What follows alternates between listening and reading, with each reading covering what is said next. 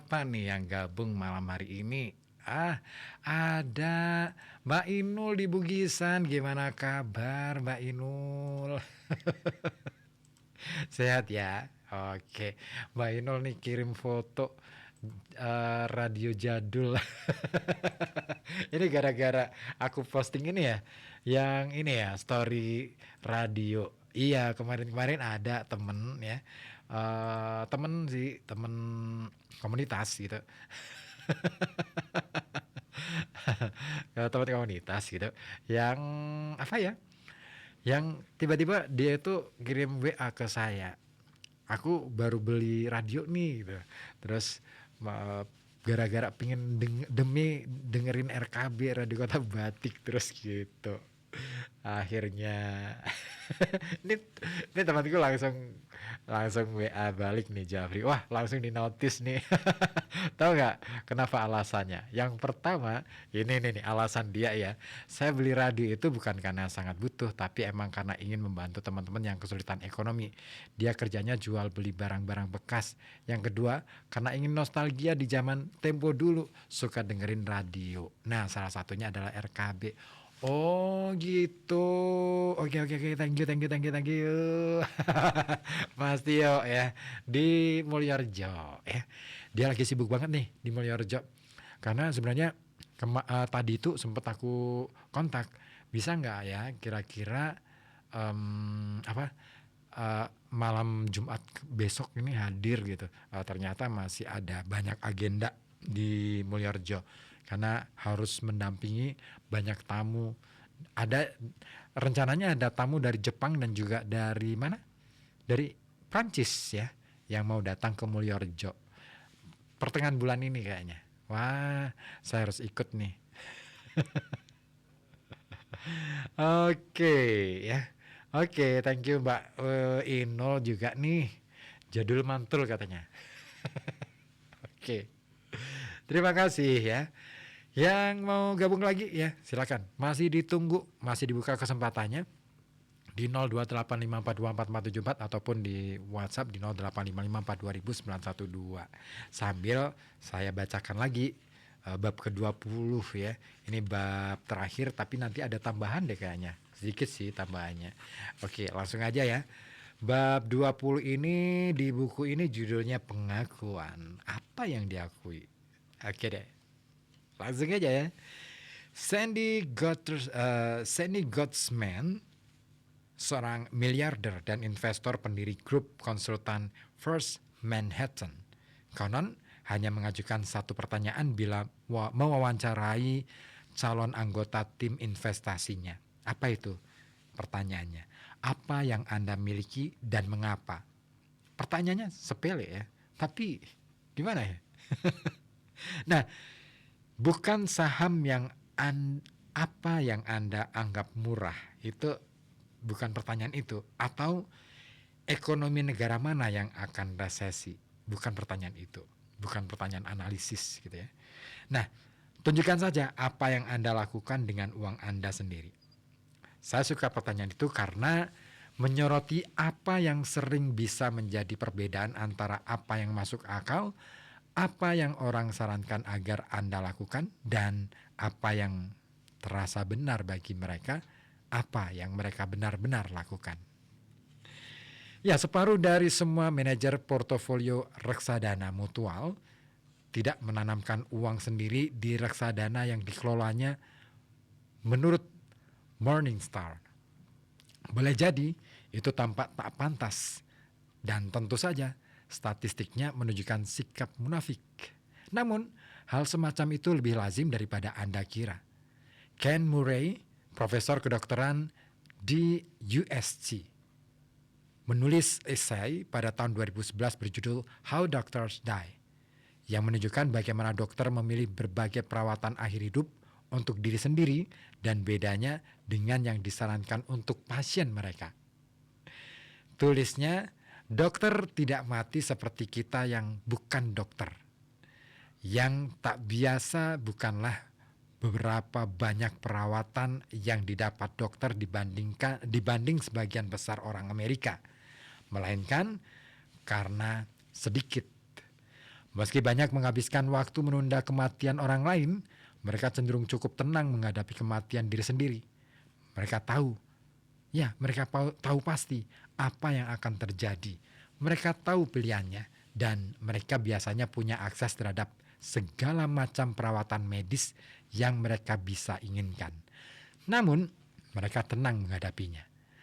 Dokter bisa saja habis-habisan melawan kanker pasiennya, tapi memilih perawatan pereda rasa sakit saja untuk kanker yang dialaminya sendiri.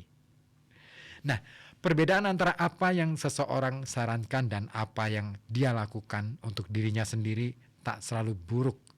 Itu hanya menunjukkan bahwa ketika menghadapi masalah rumit dan emosional yang memengaruhi Anda dan keluarga Anda, tidak ada satu jawaban yang benar.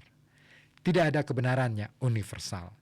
Hanya ada apa yang mempan bagi Anda dan keluarga, memastikan Anda nyaman dan bisa tidur nyenyak pada malam hari. Itu prinsip-prinsip dasar yang mesti dianut, berlaku di keuangan dan kedokteran. Tapi keputusan-keputusan finansial penting bukan dibuat di tabel atau buku pelajaran, melainkan di meja makan. Seringkali keputusan finansial bukan dibuat dengan niat memaksimalkan hasil, melainkan meminimalkan peluang mengecewakan pasangan atau anak. Jenis-jenis hal itu sukar dirangkum dalam grafik atau rumus dan sangat beragam dari orang ke orang. Nah, yang ampuh untuk satu orang boleh jadi tak ampuh untuk orang lain. Anda harus mencari apa yang ampuh untuk Anda sendiri. Berikut yang ampuh untuk saya. Pertama, bagaimana keluarga saya berpikir mengenai tabungan.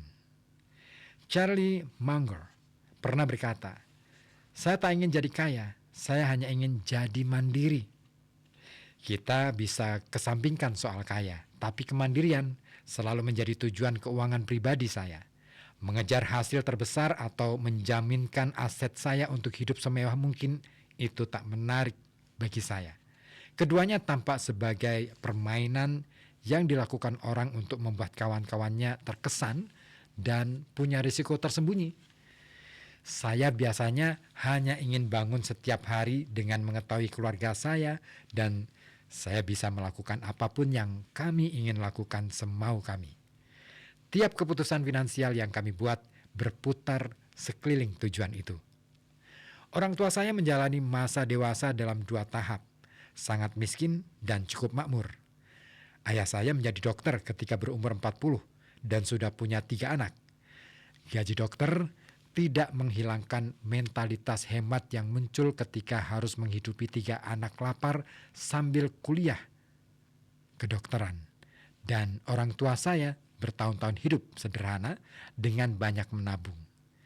Itu membuat mereka cukup mandiri. Ayah saya dokter di ruang gawat darurat, salah satu profesi dengan tingkat stres paling tinggi yang bisa saya bayangkan dan membutuhkan perubahan jadwal hidup yang menyakitkan antara giliran jaga malam dan pagi. Sesudah 2 dasawarsa, dia memutuskan sudah cukup. Jadi dia berhenti. Berhenti begitu saja. Lalu melanjutkan ke tahap berikutnya dalam hidup. Itu berkesan bagi saya. Bisa bangun pada suatu pagi dan berubah pekerjaan. Semau kita, kapanpun, tampak seperti puncaknya segala tujuan keuangan. Bagi saya, kemandirian bukan berarti berhenti bekerja.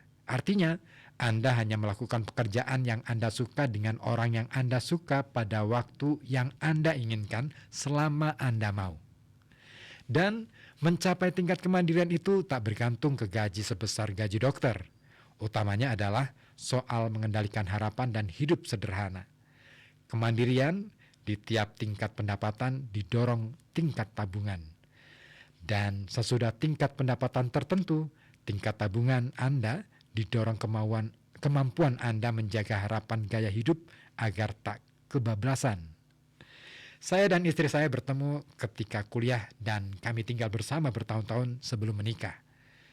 Sesudah kuliah, kami sama-sama mendapat pekerjaan pertama dengan gaji tingkat pemula dan bergaya hidup moderat. Segala gaya hidup ada di satu kisaran, dan yang biasa bagi satu orang bisa terasa mewah atau pas-pasan bagi orang lain. Namun, dengan pendapatan kami bisa mendapatkan apartemen lumayan, mobil lumayan, pakaian lumayan, makanan lumayan, nyaman, tapi tak mewah. Meski satu dasawarsa lebih mengalami kenaikan pendapatan, saya di bidang keuangan, istri saya di bidang perawatan kesehatan, kami tetap dalam gaya hidup seperti itu. Itu mendorong tingkat tabungan kami menjadi makin tinggi. Hampir setiap dolar kenaikan pendapatan masuk ke tabungan. Dana kemandirian, sekarang kami hidup di bawah kemampuan kami. Tak banyak menunjukkan pendapatan kami dan lebih menunjukkan keputusan melanjutkan gaya hidup yang kami tetapkan pada usia 20-an. Jika ada bagian rencana keuangan rumah tangga kami yang saya banggakan, itu adalah karena kami bisa menghentikan kenaikan standar gaya hidup ketika muda. Tingkat tabungan kami cukup tinggi, tapi kami jarang merasa terlalu hemat karena keinginan kami akan harta tidak banyak berubah. Bukannya kami tak punya keinginan, kami suka barang bagus dan hidup nyaman. Kami hanya menghentikan kenaikan standar. Itu tak bakal ampuh bagi semua orang dan hanya mempan untuk kami, karena kami berdua menyepakatinya. Tak ada yang mesti berkorban. Sebagian besar yang kami nikmati, jalan-jalan, membaca, podcast, berbiaya rendah. Jadi kami jarang merasa ketinggalan. Kalau saya berpikir mempertanyakan tingkat tabungan kami, saya mengingat kemandirian orang tua saya yang didapat dari tingkat tabungan tinggi bertahun-tahun, dan saya kembali ke keputusan semula. Kemandirian adalah tujuan utama kami. Manfaat kedua bergaya hidup di bawah kemampuan adalah menghindari ban berjalan psikologis harus mengimbangi orang lain. Hidup nyaman di bawah kemampuan belanja tanpa hasrat untuk lebih banyak harta menghilangkan banyak tekanan sosial yang dialami banyak orang di dunia pertama yang modern. Nassim Talib menjelaskan, keberhasilan sejati adalah keluar dari balap tikus untuk mengatur kegiatan sendiri demi kedamaian jiwa. Saya suka itu. Kami sangat berkomitmen ke kemandirian sampai-sampai kami melakukan hal-hal yang tak masuk akal di atas kertas. Kami memiliki rumah tanpa KPR, keputusan finansial terburuk yang pernah kami buat, tapi juga keputusan uang terbaik yang pernah kami buat. Suku bunga KPR sangat rendah ketika kami membeli rumah. Penasihat rasional bakal menyarankan memanfaatkan kredit murah dan menanamkan tabungan ekstra di aset dengan hasil lebih tinggi, seperti saham. Namun, tujuan kami bukan menjadi rasional tanpa perasaan, sekadar masuk akal secara psikologis. Rasa kemandirian yang saya dapat karena langsung memiliki rumah jauh melebihi keuntungan finansial yang saya tahu akan saya dapatkan kalau menjaminkan aset dengan KPR murah. Menghilangkan cicilan bulanan terasa lebih enak daripada memaksimalkan nilai jangka panjang aset kami.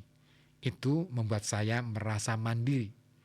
Saya tak mencoba membela keputusan itu kepada mereka yang menunjukkan kekurangannya atau orang-orang yang tak mau menirunya. Di atas kertas, keputusan itu tak bisa dibela. Namun keputusan itu ampuh bagi kami. Kami menyukainya. Itulah yang penting. Keputusan bagus tak selalu rasional. Di satu titik, Anda harus memilih antara menjadi bahagia atau benar. Kami juga memegang aset berupa kas dengan persentase lebih tinggi daripada yang bakal disarankan sebagian penasihat keuangan, sekitar 20% aset di luar nilai rumah. Itu juga hampir tak bisa dibela di atas kertas dan saya tak menyarankannya kepada orang lain. Itu sekedar ampuh bagi kami. Kami melakukannya karena uang kas adalah oksigen bagi kemandirian. Dan lebih penting, kami tak pernah ingin terpaksa menjual saham milik kami. Kami ingin peluang menghadapi pengeluaran besar dan harus melunasinya dengan melikuidasi saham itu sekecil mungkin. Barangkali kami punya toleransi risiko lebih kecil daripada orang lain. Namun, segala yang saya sudah pelajari mengenai keuangan pribadi memberitahu saya bahwa semua orang, tanpa kecuali, akhirnya akan menghadapi pengeluaran besar tak terduga dan mereka tak merencanakan pengeluaran itu justru karena tak mengharapkannya. Segelintir orang yang tahu rincian keuangan, kami bertanya, kalian menabung untuk apa? Rumah, kapal pesiar, mobil baru? Tidak, bukan itu semua. Saya menabung untuk menghadapi dunia yang lebih sering memberi kejutan daripada yang kita harap. Tak terpaksa menjual saham untuk membayar suatu pengeluaran juga berarti kami menaikkan peluang saham yang kami miliki, menumpuk nilai untuk periode paling panjang. Charlie Munger menjelaskannya dengan baik. Aturan pertama, penumpukan adalah jangan pernah mengganggunya kalau tak perlu. Kemudian yang kedua adalah bagaimana keluarga saya berpikir mengenai investasi. Saya mengawali karir sebagai pemilih saham. Waktu itu kami hanya memiliki saham individual. Sebagian besarnya saham perusahaan besar seperti Berkshire Hathaway dan Procter & Gamble. Dicampur saham-saham kecil yang saya anggap investasi nilai mendalam. Pada umur 20-an, saya biasanya memegang sampai 25 saham individual. Saya tak tahu bagaimana hasil saya sebagai pemilih saham. Apa saya mengalahkan pasar? Tidak tahu. Seperti sebagian besar orang yang mencoba, saya tidak mencatat skor dengan baik.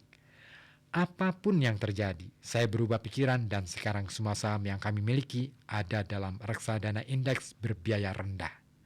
Saya tidak menentang memilih saham secara aktif, entah dilakukan sendiri atau dengan mempercayakan uang ke manajer reksadana aktif. Saya pikir beberapa orang bisa mengalahkan rata-rata pasar, tapi itu sangat sukar dan lebih sukar daripada yang dipikirkan kebanyakan orang. Jika saya harus merangkum pandangan saya mengenai investasi, rangkumannya begini. Tiap investor sebaiknya memilih strategi yang berpeluang paling besar berhasil mencapai tujuannya. Dan saya pikir bagi kebanyakan investor, menanggung biaya dolar rata-rata di reksadana indeks berbiaya rendah akan memberi peluang tertinggi keberhasilan jangka panjang. Bukan berarti investasi indeks akan selalu bekerja, bukan berarti cocok untuk semua orang, dan bukan berarti membeli saham pasti gagal. Secara umum, industri keuangan terlalu terpecah menjadi beberapa kubu, dan mereka yang menentang investasi aktif bisa ngotot. Mengalahkan pasar seharusnya susah. Peluang keberhasilan mesti rendah. Jika tidak, semua orang bisa melakukannya, dan jika semua orang bisa melakukannya, tak bakal ada kesempatan. Jadi, tak ada yang seharusnya kaget jika mayoritas orang yang mencoba mengalahkan pasar gagal melakukannya. Statistik menunjukkan 85% manajer aktif kapitalisasi besar tak mengalahkan S&P 500 pada dasawarsa yang berakhir pada tahun 2019. Saya kenal orang-orang yang berpikir mencoba mengalahkan pasar itu gila, tapi mereka mendorong anak-anak mereka menggantungkan cita-cita setinggi bintang dan mencoba menjadi atlet profesional. Terserah masing-masing. Kehidupan itu soal melihat peluang, dan kita semua berpikir mengenai peluang secara berbeda-beda. Selama bertahun-tahun saya jadi memandang bahwa kita akan berpeluang besar mencapai semua tujuan finansial keluarga kami jika kami terus-menerus menginvestasikan uang di indeks berbiaya rendah selama puluhan tahun tanpa henti, lalu membiarkan uangnya agar menumpuk. Banyak bagian pandangan itu berasal dari gaya hidup sederhana kami. Jika Anda bisa mencapai semua tujuan tanpa harus menanggung risiko tambahan yang berasal dari mencoba mengalahkan pasar, maka apa gunanya mencoba? Saya tak masalah kalau tidak menjadi investor terbesar di dunia, tapi saya tak bisa menjadi investor yang buruk. Bila saya memikirkannya seperti begitu, pilihan membeli reksadana indeks lalu bertahan dengan itu sudah jelas bagi kami. Saya tahu tidak semua orang akan setuju dengan logika demikian, terutama kawan-kawan saya yang pekerjaannya adalah berusaha mengalahkan pasar. Saya menghormati apa yang mereka lakukan, namun inilah yang ampuh bagi kami. Kami menginvestasikan uang dari tiap kali gajian ke reksadana indeks, kombinasi saham Amerika Serikat dan internasional. Tidak ada sasaran yang ditetapkan. Jumlahnya adalah yang tersisa sesudah kami berbelanja. Kami isi banyak-banyak rekening dana pensiun dengan reksadana yang sama. Juga mengisi tabungan biaya kuliah anak-anak kami. Itu saja. Praktis seluruh harta kami adalah rumah, rekening bank biasa, dan reksadana indeks Vanguard. Itu tak harus lebih rumit lagi bagi kami. Saya suka yang sederhana. Satu kepercayaan yang saya pegang erat dalam investasi adalah bahwa ada sedikit korelasi antara upaya investasi dan hasil investasi. Alasannya adalah karena dunia didorong ekor. Sebagian kecil variabel menjelaskan sebagian besar hasil. Sekeras apapun Anda mencoba berinvestasi, Anda tak akan berhasil jika melewatkan 2 atau 3 hal yang berpengaruh besar ke hasil dalam strategi. Kebalikannya juga berlaku. Strategi investasi sederhana bisa berjalan lancar asalkan mengandung segelintir hal yang penting bagi keberhasilan strategi itu. Strategi investasi saya tak mengandalkan pemilih sektor yang tepat atau menunggu resesi berikut. Yang diandalkan adalah tingkat tabungan tinggi, kesabaran, dan optimisme bahwa ekonomi global akan menciptakan nilai dalam beberapa dasawarsa ke depan. Saya melakukan hampir semua upaya investasi saya dengan memikirkan ketiga hal itu, terutama 2 yang pertama yang saya bisa kendalikan. Saya sudah pernah mengubah strategi investasi pada masa lalu, jadi tentu ada kemungkinan saya akan mengubahnya lagi pada masa depan. Tak peduli bagaimana kita menabung atau berinvestasi, saya yakin kita akan selalu punya tujuan kemandirian dan kita akan selalu melakukan apapun yang membuat kita bisa tidur pada malam hari. Kita pikir itulah tujuan tertinggi, menguasai psikologi uang. Namun, terserah masing-masing orang. Tidak ada yang gila. Itulah bab 20. Dan tambahannya sedikit, hanya beberapa halaman. Saya akan bacakan untuk Anda nanti deh ya. Oke, lumayan tebal nih tambahannya. Gak apa-apa ya. Nanti deh. Saya sapa dulu deh yang sudah bergabung. Ada Kencur di Dadirejo ya. Habis beli selamat malam Mas Ribut. Malam. Habis pulang beli popok bayi langsung dengerin radio sembari nyalakan mesin jahit siap lembur. Oke deh. Ruang rindu ya, ruang rindu. Kok ruang rindu? Bu Sri Hastuti di Batang Reban ya. Selamat malam Bu Sri, kabar sehat ya? Oke. Semoga kabar baik Mas Rib. Iya, alhamdulillah. Tapi tipsnya apa nih? Apa masuk? Tip X apa masuk format acara? Oh iya, masuk. Oke, salam rindu. Oke deh. Ada lagi Mbak Inul. Assalamualaikum malam. Absen aja nih. Salam buat semua teman-teman RKB. Moga sehat selalu. Oke, nanti ya. Tamu yang dari Zurich dan Inggris udah sampai ke Technopark kok. Iya Zurich di Jerman ya, Zurich. Dan Inggris. Enggak, ini yang nggak tahu kalau yang dari Jepang sama Prancis kayaknya nanti pertengahan ini. Mbak Inul kenal Mas Tio yang di Mulyorjo. Oke. Tadi di yang Zurich dan Inggris sampai ke Technopark Pusat Oleh-oleh Pekalongan tadi lihat sama Bu Titin. Oke, salah satu pengelolanya. Oke deh. Nanti aku dikabar-kabar lagi ya, Mbak Inul ya. Kalau ada informasi terbaru tentang tamu-tamu dari luar negeri. Keren tuh ya. Oke, nanti setelah ini bab tambahannya ya di buku ini The Psychology of Money karyanya Morgan Housel di Serbuk Senin Berbuku. Kali ini satu lagu dulu deh yang mungkin ini lagu lama yang kemudian di remake sama Erwin Gutawa featuring Raffi Sudirman. Nah, judulnya mana? Pengen dengar?